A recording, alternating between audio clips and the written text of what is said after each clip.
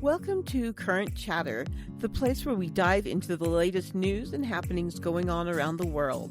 Join mother and son duo Coda and Losa as they engage in lively debates over current affairs and anything else that sparks a discussion.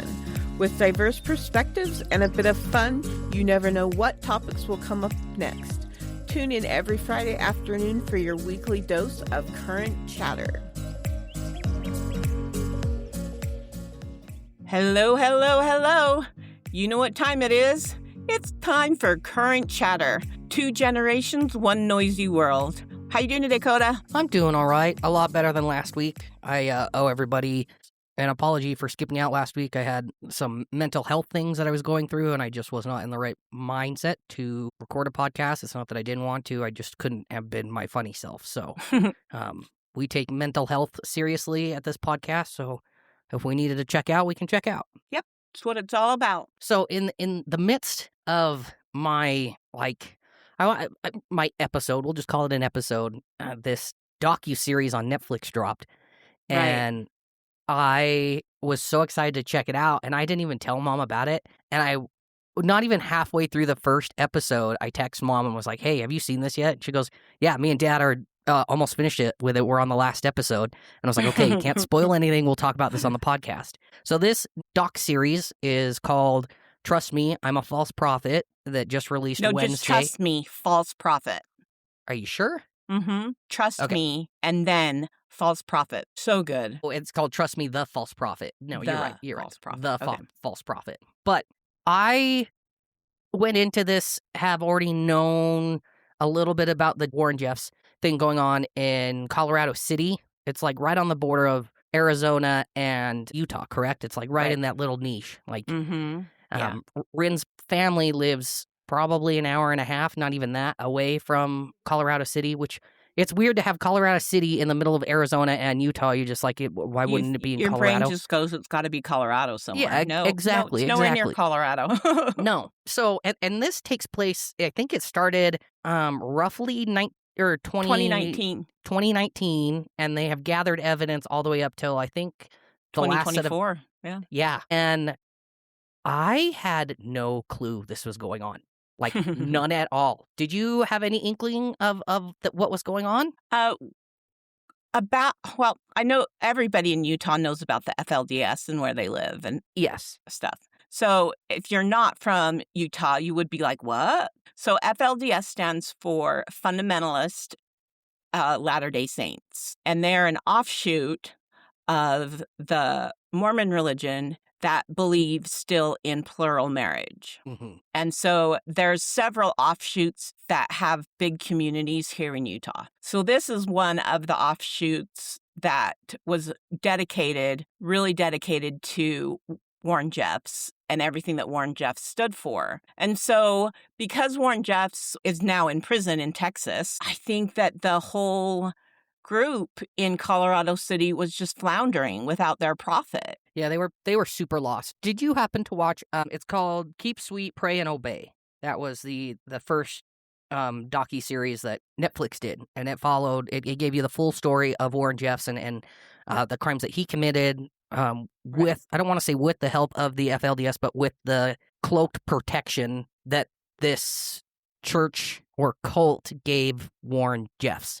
Right. Some of the first... I have to just butt in, sorry, Dakota. No, you're fine. And just say that I know plenty of FLDS people, and I just want to say that the majority of them are not like this. And I want that to be 100% clear going into it, that this happens to be just isolated incidences. Yes, they're fantastical, and yes, it makes for a really great documentary, but the majority of the people out there that are FLDS are just like us. You wouldn't know that they were FLDS unless they came out and told you. Yes, absolutely. That is a very good call out, and I appreciate you saying that for sure, and I'm sure some of our listeners will appreciate that too.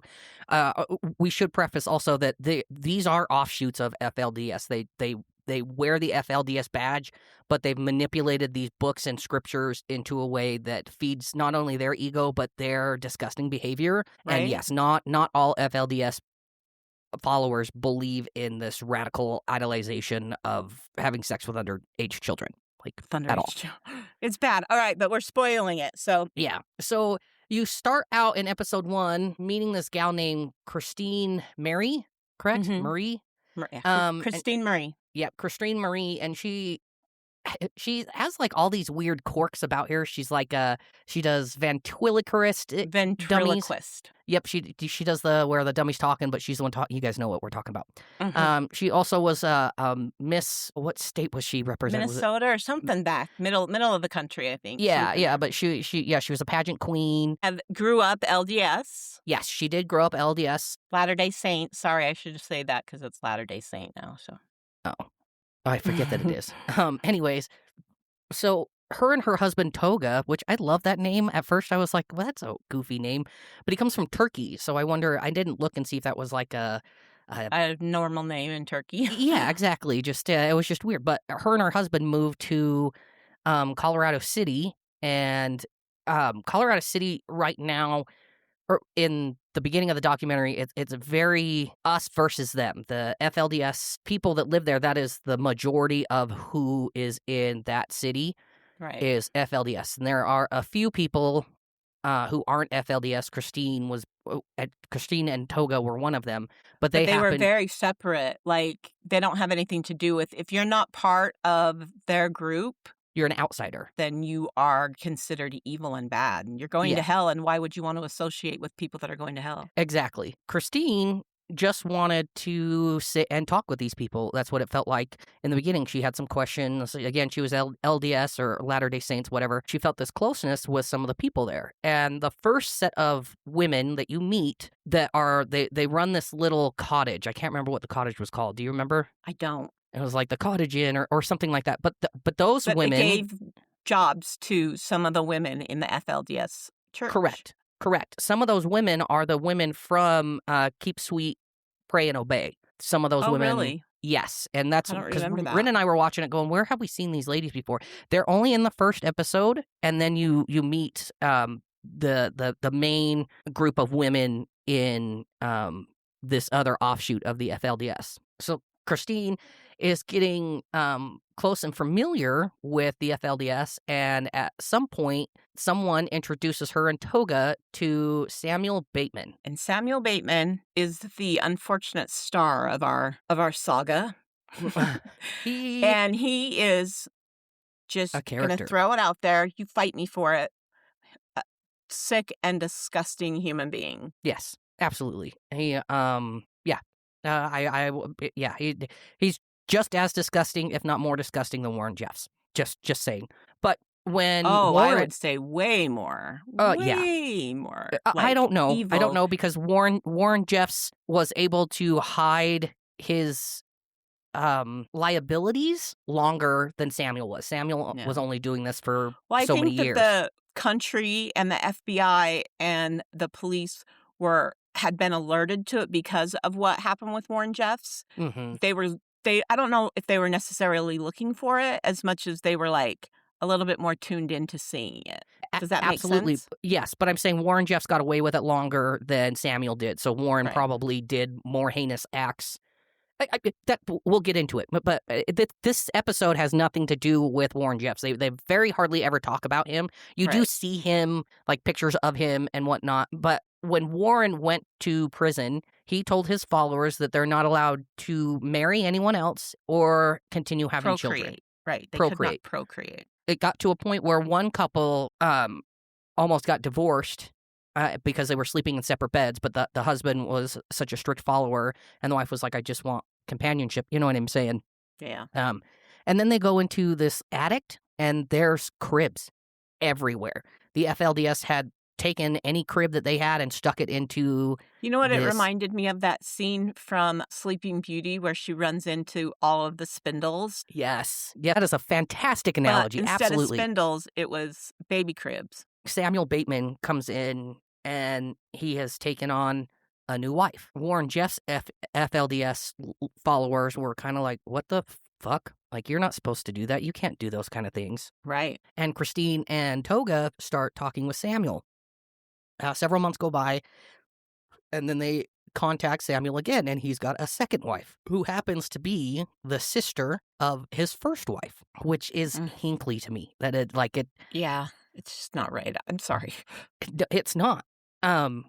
And he ends up talking 3 different men who are offshoots of Warren Jeff's FLDS into following him.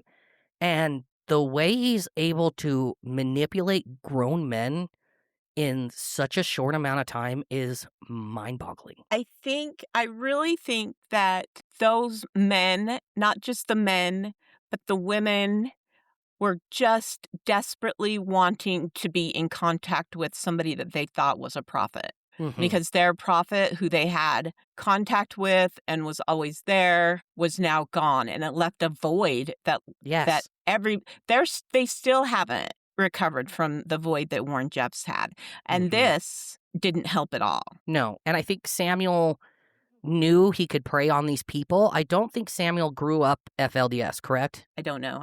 I don't think they said anything about his fundamental years. They just started with just came into the picture. So he was able to talk these 3 different grown-ass fucking men into his offshoot of FLDS. And in doing so, Samuel Bateman convinces these 3 men to surrender all of their wives. They had multiple wives, multiple children. Plural.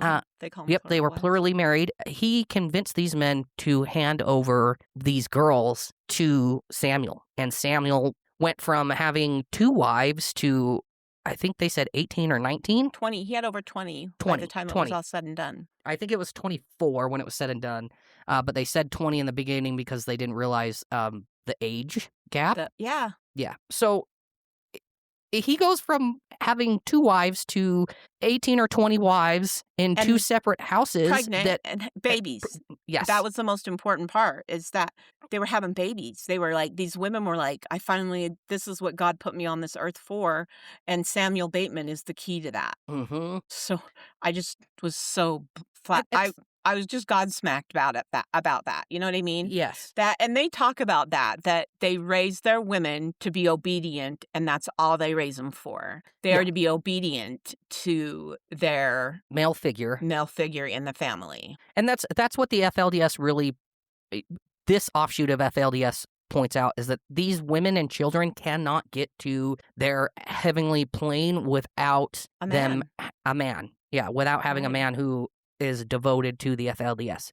So these women, they are thinking that their whole salvation lies in these men that they just have to trust. They don't ask questions. They just say, okay. If you don't know anything else, Dakota, put yourself in their shoes. If you didn't know anything else besides what you were raised to believe, of course, that everybody has that. Everybody has a little bit of that.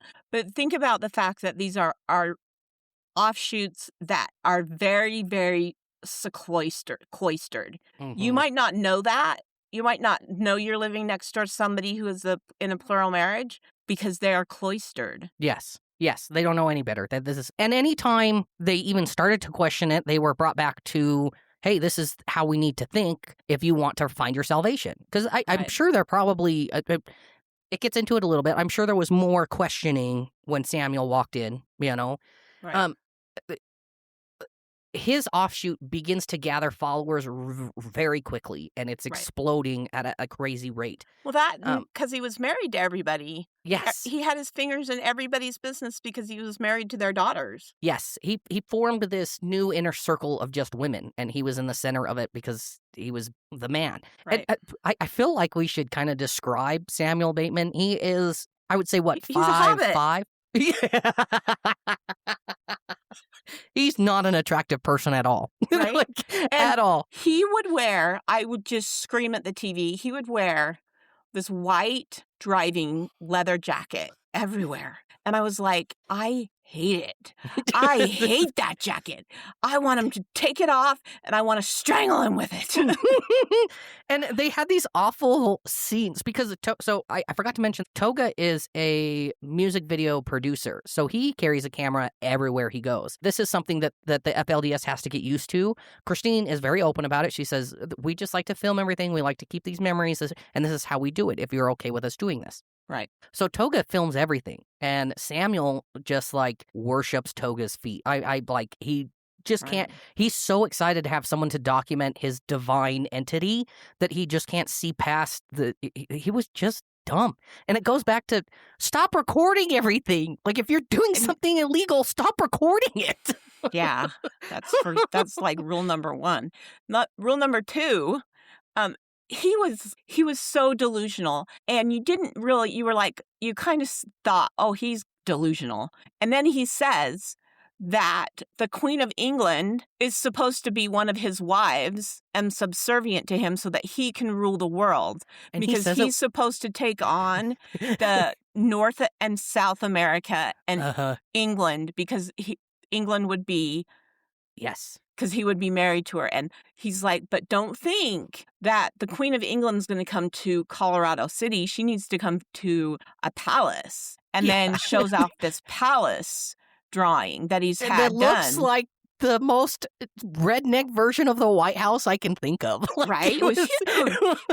And he was and on the bottom it just said "coming soon." Right. They framed this picture. He framed it and like put it in his entryway. That's how delusional he is. He was so delulu. Truly, that. Well, I don't know if he truly believed it. He was such a sick and twisted person. I don't know what he believed, honestly. This is what was for the cameras, because he just wanted to be. He wanted everything to be filmed. Toga and Christine had to be available to him 24/7 to just go out wherever he was and film him. They filmed him like Billy Goating through the canyons of Utah. Oh my God, can we talk about that for a second? Yeah. Like when those scenes would come, and guys, this is episode 1. Right. Like they would film him and he would just like run and hop on these rocks. Parkour in the mountains. Parkour. Yeah, parkour. But you know what it also reminded me of? You remember that Steven, the little kid from Mad TV? Look what I can do. Yes. You got it there. Because he would run, jump on these rocks, and then run back up, and Toga would be like, "Oh my gosh, man, you're so amazing! Look how effortlessly you hike." And he's like, "Yeah, you saw that." Did you get it on tape? Did you get it on tape?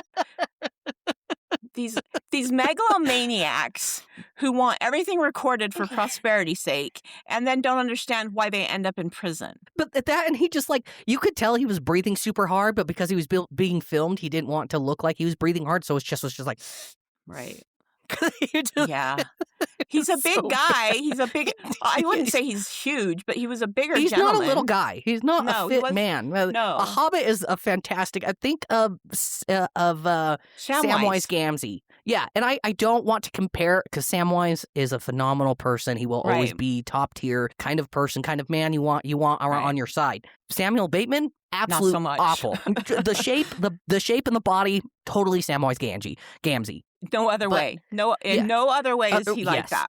Yeah, absolutely. So I just want to end episode 1 with one sentence, and it just holds so true to me while I was like doing my research. And they said this in this episode. They said Bateman didn't build something new; he stepped into something that was already broken. Right. And he's such a That's con what I'm man saying. and such a con artist that he saw this opportunity to get these people into it, and they just floundered on top of it. It was like the football's right in the middle, and then everybody just pile drived onto it. Yeah. Mm-hmm. So episode 2 opens up. I think it was called The Rise of Bateman. Bateman declares himself a successor of Warren Jeffs. He says Warren Jeffs is actually dead. What we're seeing from Texas prison is, I can't remember what old videos, he basically said that Warren Jeffs is dead and he talks through me. Right. And from now on. Yes. And the way these women look at him while he's talking about it is like they're seeing sliced bread for the first time. It's rapture. Their eyes are all wide and they can't believe that this man's sitting in front of them. I was going to save this for the end, but you don't see anything in the eyes. They're just dead. Mm-hmm. These women are dead. They have no like life in their eyes. They're just, and they train that on him, and they're like, he is the one for us. Mm-hmm. And it's just it boggled my mind how dark they looked. None of them looked happy. You know what I mean? No, and even the ones that looked happy, you could tell they were faking it, because they just they were happy to have a leader again. Whether or not they fully believed in his leadership style, I don't even want to call it that. give me the ick. So he has proclaimed himself as the prophet that directly The connects to God. reincarnation, yes. Yes. And so he gets a truck and a trailer and piles up all of his wives and the women that he takes, or the women that his 3 male followers gave him, and just takes them around Colorado City So what you failed to say is that it's a flatbed truck. with like a 3, not even a 2-foot gate around it. Right. Like So he's driving around with women in a flatbed truck. and children. These And children children's are just little being held babies. on to by women. No one's strapped Right. in. And then he would stop at like the store so the women could sing because he thought that they were just the most heavenly choir. And then it says, hey, some of these girls on this truck bed are underage, and we have CGI'd their face out, like they CGI'd a different face on their body, and that's when Right. you kind of like that person doesn't look right. That person doesn't, and you're just pointing out way too many faces that don't look right. That's telling you how many underage girls are in the back of that trailer, and you're kind of just like, what? Like, Yeah. and it's like, And you just, the ick starts, right? This is the first time where you're like, okay, this isn't Uh-oh. going to be good. It's like the Simpsons. I'm in danger. Like, Danger, So, danger, Will Robinson that's- from my age group. yes, that's when Christine is like, uh-oh, this isn't okay. So she decides, along with Toga, these two have decided they are going to take this man down. 1, they don't have any evidence that he's harming children. 2, they aren't in the inner circle yet. I mean, yes, Toga Right. has filmed Samuel out in the open, but they have never been left alone with the females or just Sam. It's always been or with Sam. It's always with always a women. group effort. Yep. Mhm. And before any of the girls speak, they look to Samuel to make sure that it's their turn to speak. Even And he tells around them what to say. And Yes, then and- he's like, just tell them your testimony, that Yep. your testimony does this, that Yes. you're, and he told them he would tell them what to say. It was just, ugh. Yes. I So agree with some of the things that are happening nowadays where people are like, I want to be a traditional wife or something like that, but it's not like, this isn't what traditional wives look like. This isn't this isn't healthy. It's not nice. It's not, it's ick. It's the beginning of the ick. yes. So Christine and Toga have decided that they are going to take Sam down. They don't know what he's doing, but they have an underlying feeling that whatever he's doing isn't right. And thank any deity above anything that these 2 people were like, something's fucking wrong here and we need to figure it out. And that's when you kind of get a little bit more into Christine's past experiences, that she was in the LDS, and she also followed a cult leader at some point that would trick her out to other LDS people. Men. Yeah. Yes. So let's go back to the 3 men that gave up their wives and children to go ahead and marry Samuel. Some of these girls were under 10 and they were being called Samuel's wives. But the 3 men, including Samuel, so the 4 of them all worked for a company that one of the 3 men owned. And Moroni. Was it Moroni that owned it? Mm-hmm. I thought it was the other one because Moroni, I think it was the other guy. Yeah, I don't remember their names. Yeah, I don't remember his name. Yeah. But somehow Sam is able to convince the owner of the company that they work for to fund his lifestyle with all of these women. And it's not like a little bit of funding either. This company owner buys him 2 houses, buys him a Rolls Royce, pays for his awful white rider's jacket, and it was so bad. If you take nothing else away from that riding jackets are out of style. And the only people who use them are serial killers and cult leaders. So he does have a job, and he's like, yeah, this is cool. You should pay for everything. So he just has his boss pay for everything. Everything. There's and nothing all the wives work, of course. They all have jobs. Yep. And then he's sitting in a meeting. Samuel's sitting in a meeting one day, and he gets this divine call in his head. that What did he call it? He called it a message, a message, something a like that. Yeah. vision. So he described it as who's the dude that sees the bush on fire in the Bible? Moses. He says it was like Moses seeing the bush on fire. It was that intense for me that my three male followers, and I need to engage in group sex with my wives. Right. Some of these wives are daughters of the three men. Let me just say that, like, group sex with their fathers, whether I don't know for a fact if their fathers were having coitus with their daughters, but their daughters were in the room while they were having coitus with someone else. Right. Just think about that for a second. Just like let that sink in. And Samuel's sitting at work with this chubby going on thinking about this and saying it's a divine message from God. Right. And he said he got up and left. He just left work. He just got up and left in the middle of this. And so he sets forth a plan of action to take this message from God, his fantasy, and put it into reality. Yeah, it's so not right. I feel bad for the women. Oh, absolutely. Absolutely. So Samuel, being the narcissistic idiot he is, Megalomaniac. yes, decides that after this has occurred, he's going to tell Christine and Toga about it. So he takes Christine and Toga. Because he is magnanimous enough to let the prophet speak through him that he needs to share this information with the world. With the world. Yes, right. And he knows that if he can do it with Toga and Christina, that he can get away with it. So he takes them and three other wives of his on a car ride in their Bentley. He's wearing that fucking awful white jacket, and he just starts talking to Toga. So he explains to Toga about this divine message he's got from God, and that the three girls in the back are the ones that helped him carry out this orgy. One of those girls was younger than 12. So bad. So bad. And Christine turns to these girls and says, how does that make you feel? Was it traumatic?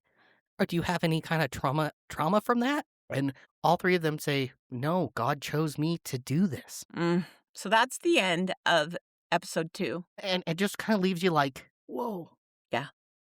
Whoa. That's heavy. It's heavy. Because these girls say it with such conviction that there's no questioning them. Right. They just said, no, I'm happy to have been a vessel for God. Just remember, Dakota, what you were like when you were, let's say, 12 years old. Just remember that. 100%. I totally understand that.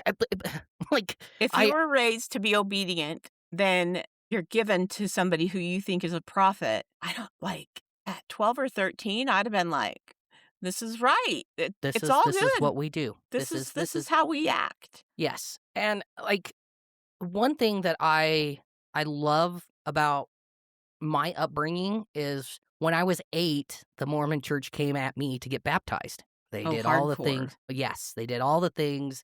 And you and Dad said, wait a year. If you still want to get baptized in a year, we will allow it to happen. And I think I was probably over it with 3 weeks? Yeah. And now I sit to this day. I'm ready to go to hell. I got no passage to get up into heaven. I'm cool with it. I don't need to. I made my decision. But that's also when Christine ultimately goes, these women are gonna fucking hate me. But we have to continue working with Samuel. We have to fight for these girls. These girls have no idea. Because again, Christine has a background in cults. She has a doctorate in cult relationships. Yes. She has seen it firsthand what it is to be, I don't want to say naive or brainwashed. I don't know what the word I'm looking for. So captivated in a narration that you think is true. I don't know how else to put it. But she can see that to save them, she has to betray them. And so, what else are you going to do? Toga asks her at one point, can you say no? And she was like, no, I have to save them. It's like, there isn't an if, and, or what about it. I have to save them. Yes. So the third episode is all about Christine and Toga trying to gather evidence to give to the police. After the car, here's another thing. The police officer from Colorado City that they went to at the beginning, I wanted to punch him in the face. Yes. He's like, I don't listen to the recordings because they're icky and they make me feel icky and I don't like that. And I'm like, You're a police officer. You Grow are some fucking testicles. exactly. Grow some balls, bro.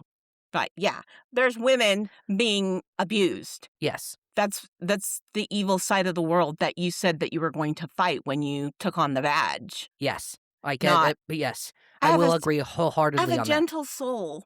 I don't care. Yeah. You're going to have some tough fucking skin if you want to be a police officer. You just have to. Yeah. You're going to have people look you in the face and spit in your face. You just have to have tougher skin. Yes. You need to be their protector. That is exactly. you're a peace officer. You need to keep the peace, and this man is disrupting the peace. Right. Yes. Exactly. That because Toga and Christine brought him tapes, the tape recording of Samuel admitting to what he'd done. Yes, admitting to what he had done, and they said this isn't enough evidence. We can't get the FBI involved. This isn't enough. Yep. And Christine and Toga are like, what do we need? Tell us what we need. Yeah, exactly. And they went deep into it. They like I said, they were on Samuel's beck and call. If Samuel called, Toga was there.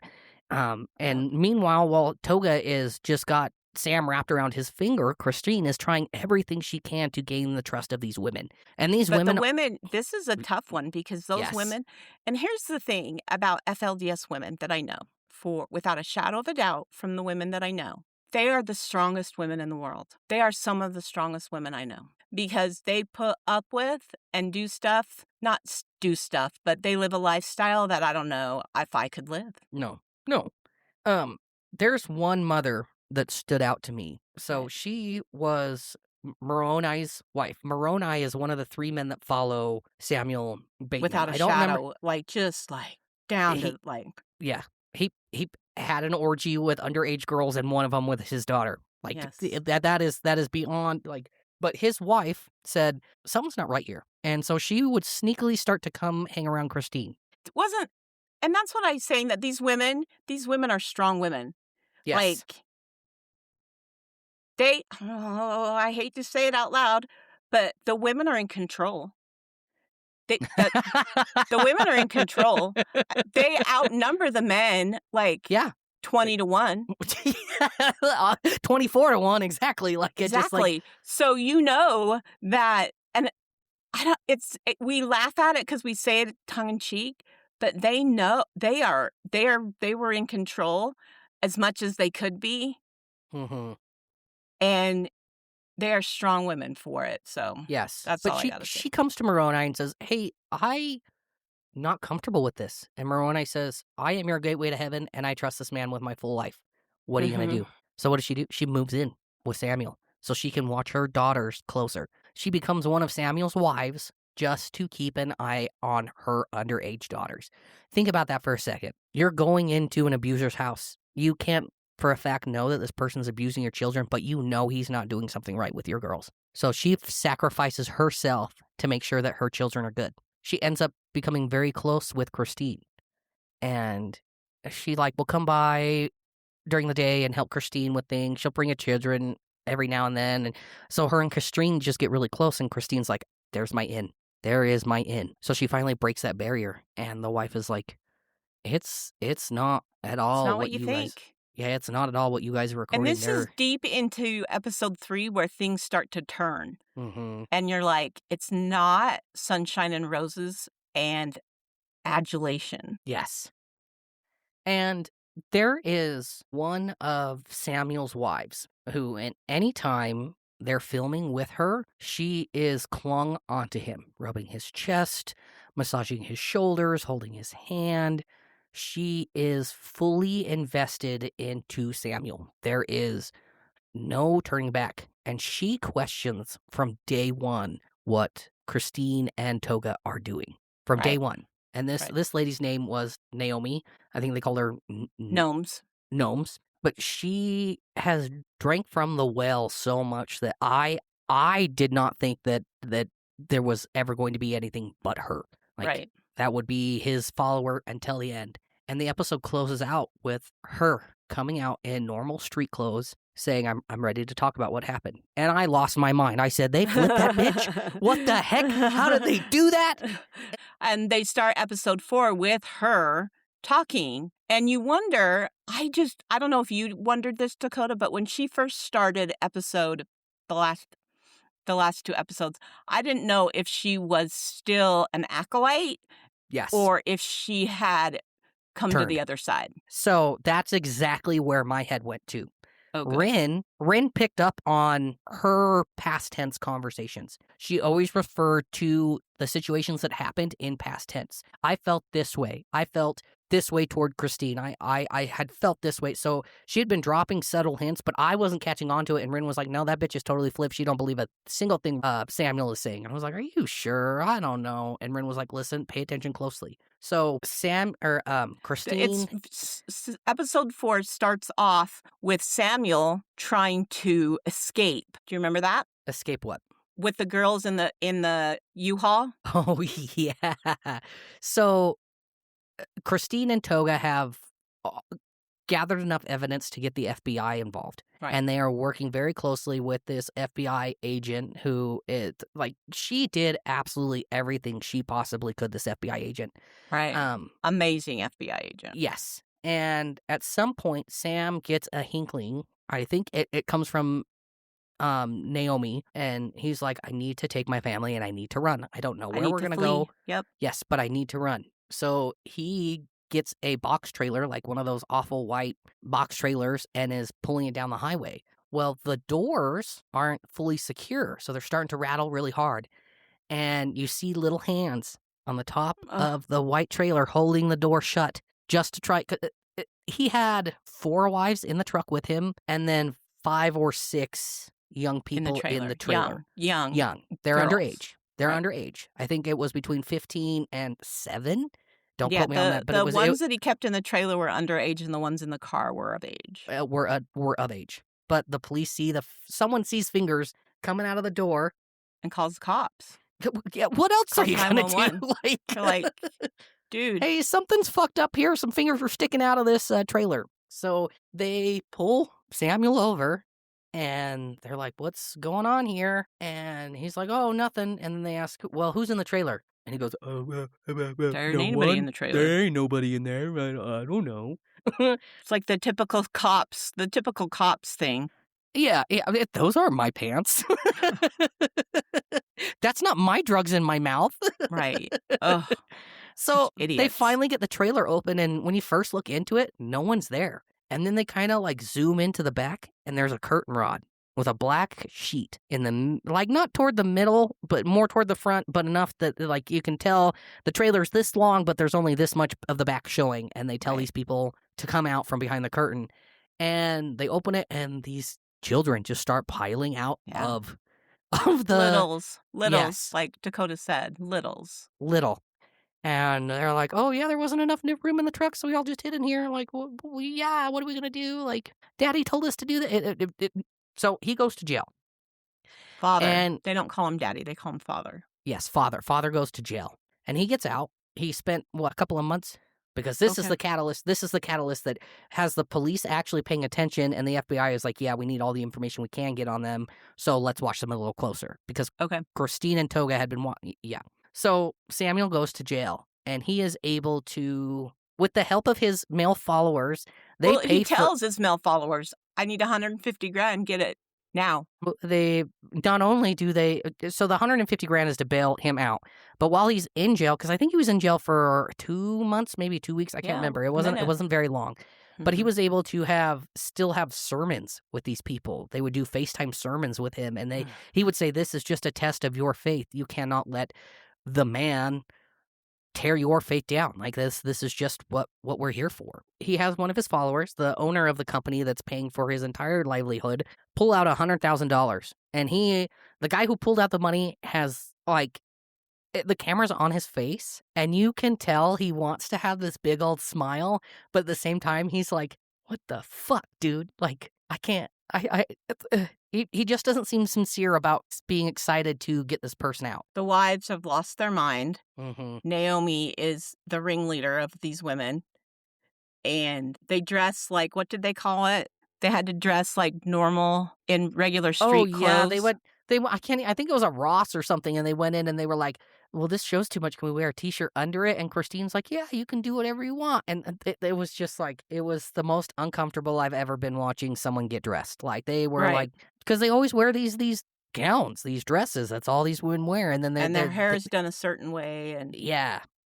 So they go and they release Sam. And Sam is just holding these girls. Naomi is deep in his titty, just loving on him. And he's saying, this was just a test. We can get over this. Here's what we need to do. And he lists out all these things. And then Christine and Toga are like, okay, we really, we can't handle this anymore. It's making us sick because we're seeing the way he's like influencing these girls. They're seeing all of this. They know the underage sex is happening. Christine and Toga finally, they've had the FBI on their side, and they're like, we need to do something. So the FBI decides to hold a raid. And the whole time, Naomi is sitting there and she's like, something's weird. Like something is not right. She is questioning Christine and Toga heavily. But not like verbally questioning them. She just is watching their every movement. And when she brings it up to Sam, Sam's like, leave him alone. They're with me. Yeah. So they come up with a plan to separate Sam from one house to another. They're going to keep all of the girls and children at the greenhouse. And then at a blue house, they're going to hold a interview with Sam. Right. Toga is going to induct the interview, and Christine is just there to have another adult to help take care of all the kids because there's a fucking gaggle of children. And then the raid happens. So first they take down Sam. They bust into the blue house and arrest Sam. He had 2 wives there with him at the time. 3. And they take 3. So they had 3 wives there at the time, and they take all of their phones and they take Sam into federal prison. It's not jail. He's in federal prison. He skipped jail and went right to federal prison, and that's when he was like, fuck, something's happening. As soon as that raid's over with, Christine says she looks out the window. She doesn't see any police officers. She goes back to helping take care of the children, and she looks back, and the house is surrounded with FBI agents. They're banging down the door. Gnomes is in the shower at this point and just hears commotion, hears screaming. So she jumps out of the shower, gathers anything she thinks is evidence, and tosses it out the window, including some iPads and things like that. So she tosses it out the window. And Christine comes out to the FBI agents and says, hey, I can talk to these girls and I can get them to come out with you one by one. And that's what she does. She says, hey, there is an investigation going on. I know nothing about it. I don't know anything about it. But I need you guys to come with me. We need to act cordial so that we can figure out what's going on. This is the best way to do it. Yep. So she starts leading these girls out one by one. They take all of their phones. Then they separate the minors. And it's not like babies or anything. It's probably, I would say, individuals who have started their menstruation cycle. It is people between 12 and 15. There are 6 of these girls that they take. CPS is involved. The FBI had no idea CPS was involved.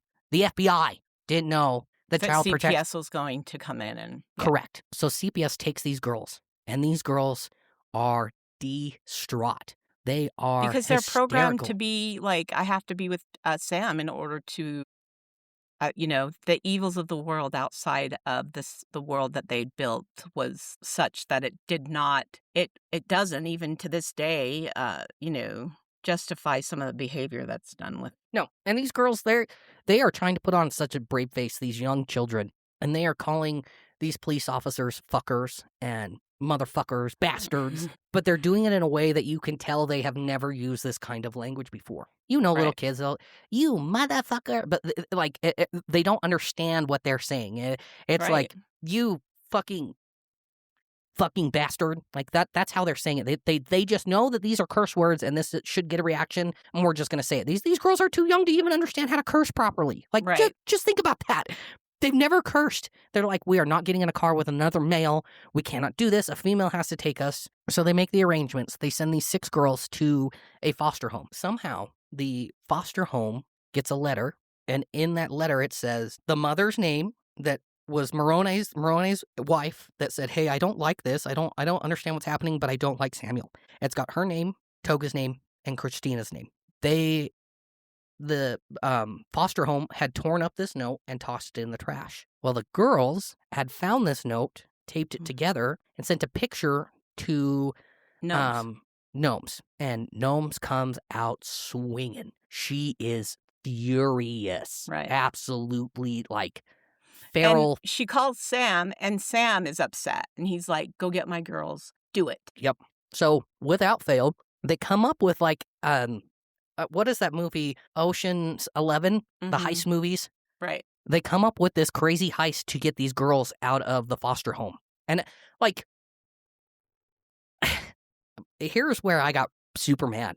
These foster parents should have known better. These Right. foster parents should have taken care of these kids The better. people in charge of the home that they were in should have known that Yes. something like this was going to happen. Yes, because one of the girls was able to sneak in a phone or an iPad, I can't remember, so that she was still in communications, not only with Samuel, but Naomi and the other sister wives. So they were in Right. complete communication. They came up with a whole way to extract these girls out of a dire situation that they thought that they had when they were literally just trying to keep them safe. CPS failed these children. Yes, more than once. Yes, tenfold. CPS failed these children. They hindered this investigation from going off without a hitch. If it had not been for CPS, Sam would have had no idea. Gnomes would have had no idea. Nobody would have known that Christine and Toga were involved in what was happening. Do you agree? Yes, I agree. Yeah. So they extract these girls and They run. Everybody runs. They scatter and just... like cockroaches, just vanish, just gone. And I think they're missing for about 6 days. And the mother... No, the littles are, but Naomi... Yeah, I haven't gotten to that part yet. Yeah, Naomi isn't with the 6 girls. They've Correct. separated, and she gets caught. But you have to talk about the way she got caught. Because I she goes back just- to the house to get supplies. Right. And there's lights on at I think it was the greenhouse, and the police surround the greenhouse, and Naomi just takes off, just Right. starts running. And she's explaining this, and this is kind of where you get the instinct that this is where she finally thought, something's not right here. I shouldn't be running from the police. Like, she ends up hiding underneath a trailer until morning. The police, she just disappears. She just vanishes out of thin air. They've got Christine and Toga driving all throughout Colorado City trying to find gnomes. And she says she got as far as the mountains before she turned around. That's a little bit of a hike. Yes, but they said that she just turned into the Flash and was gone. And so she hid out underneath a trailer's axles all night. She said one of her legs was super frozen, and she just didn't know what to do. And she said while she was sitting there, She was just scared. yes, She was scared. yes, absolutely. And I think I truly think that's when she started to be like, Something's not right. yes. So she turns herself It might in. not be Christine and Toga, all of them. It might be Sam. Yes. So she turns herself in. I don't remember how they ended up finding the children. Do you? I don't remember either, but they do find them and they separate them again. And this time each one of the girls is put in a separate home so that the girls are no longer together, which is Yes. the best thing that they can do for them in order for them to have a normal rest of their childhood. Meanwhile, the mom and Christine and Toga are trying to convince these women that it's going to be okay. And 2 of the Naomi and the other sister wife who was of age that helped the girls escape are now both in jail. And they Yes. spend 2 to 3 years in jail at this point. I don't think it was 2 to 3 years. It was only a couple months. I think 20 months. Yeah, 20 some odd that's months. almost 2 years. Oh, no, you're right. You're right. Yeah, for sure. And the whole time, Naomi is in contact with Samuel. And Samuel's saying things that aren't adding up to Naomi. At one point, he says something about, well, they have been watching me ever since that time where the girls saw their fingers because of this and this reason. And Naomi was like, the police didn't do the raid until this date. There was so much out. And Naomi is finally starting to Put piece the together. pieces together. Yes. And I also think, and I could be out of my mind on this, I also think that the girls Naomi was in prison with heard her story and went, girl, what the fuck are you thinking? You know what I mean? So, Yeah. because Gnomes has never had real life experience. I can't imagine what it's like for her to go to jail with all the. Well, and she said, she goes, I was in jail. I didn't think that because it was my God doing this for me that I would end up in jail. And I was in jail, and I didn't know how to react to that. But I really do think that some of those girls in jail were like, bitch, you tripping. Like, this man ain't shit. This man is fucking crazy. I bet they told her about that about all men. Yeah. And what's funny about that is the other girls that were in jail, they slowly also started to piece They shit all together. turned from Sam, yeah. Exactly. So So it had to not only be what Sam was telling them while they were in jail, and he's in federal prison too. Like they're he talking only through got federal prison. he only got 50 years, which was just disgusting to me. He should have gotten Yes. so much more for that, for what he did. Yes. Naomi has totally like not necessarily turned against him, but she is not on the same path that Samuel is anymore. And She lives her life like a regular 20-something-year-old should live, mhm. just chilling. Yes. And she admits, I did do some wrong things. This is what I did wrong. I was following someone that I truly believed in. Right. And yeah, it ends with the sentencing of Samuel. And like Mom said, he got 50 years. They also pulled in his 3 followers. Accomplices. Yeah. Yes, because Followers, accomplices, it's a very fine line. I think accomplices is they know the final plan is to have sex with underage girls. I think that Somebody they were should have stopped. Somebody should yes. have said no. Yes, all 3 of these men were so ingrained into his mindset that they didn't see it was wrong. They are in jail. I can't remember how long they're in jail for. They're not in jail for that long because they weren't co-conspirators. They were followers, I correct? think the longest one was 25 years. Yeah. So Samuel's And the in jail. girls are now the young girls have all grown up and are now living their best life, I think. Trying Like, to. trying to. I don't know how you recover from that. I don't think you can recover from that fully, from the atrocities that happen. But I just want to say again that this is not a common occurrence, even in the polygamy or the fundamentalists or the plural lifestyle people. Mm-mm. This is the out of the ordinary. Yes. Yeah. What really got me is that it was so recent. Yeah. I didn't hear any. It made me question my true crime knowledge. I was like, I didn't know anything was happening. Like, I had no idea. It's just so quiet. People keep it so quiet, Dakota. It's just such a stigmatism. And I really think that it needs to not be, you know? Yes. I think Yeah. that you whatever you do, like I've told you, I've said it on the podcast, whatever happens behind the closed door of your bedroom is up to you. It's not me. I have no right to judge you for that. Unless Yes. I was going to say, please have a butt in there, Mom. Yeah, unless you do the things that Sam Bateman did. Samuel Bateman is a sick and twisted individual that just, if you want to watch something that'll make you cheer for the good guys, this is a good documentary to do because the good guys win in the end. And documentaries about true crime doesn't always end up that way. Yeah. And I feel like Netflix has really let us down on docuseries in the last year. Like with, I shouldn't say that because that one with the mother who was texting her daughter, like cyberbullying her daughter. Right. That was crazy. That was crazy. That was probably the last good one that we've seen. But like the Fred and Rosemary West, I was super upset with that one. I don't think that they did dove it justice. Yes, I don't think they did justice. And then we can talk about the god awful Ed Gein story. It was so bad. The thing with the Ed Gein story is that the actor who played him did such a phenomenal job. Oh yes, but they definitely did take some liberties in it. But all right, Dakota, this is one of the long ones. Yeah, there was a lot to talk about though. But there was. We only scratched the surface. We tried to go watch it. Go watch it. Yes, go watch. It is I've recommended it to all my sisters. Mm-hmm. People that I come in contact with on a regular basis. I'm like, you got to check out this crazy documentary. And it just threw me for such a loop, like because you just had no idea that that this was even a thing, right? Yeah, yeah, and I wanted to watch it again and take notes, but it's gonna be a minute before I watch it. Yeah. It leaves you going, little ick. Yes. But like I said, the good guys win in the end, and that's what's important. Yes, so you don't usually see that. Like I said, it's hard in it. Thank goodness for Toga and Christine. Like, right, yeah. They saw atrocity happening and they didn't turn their backs on it. They knew they could do something and they did the damn thing. So yep. Yeah. Go watch it. It was awesome. It's right up there with Tiger King. And I love Tiger King. Like Tiger King is great. Tiger King.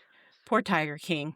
All right, guys, we're going to close it out here. I just want to remind you, please drink your water and talk to your therapist. For the love of God. Much love. Peace out. Bye-bye. I've never been so uncomfortable in my fucking life. Oh, my God.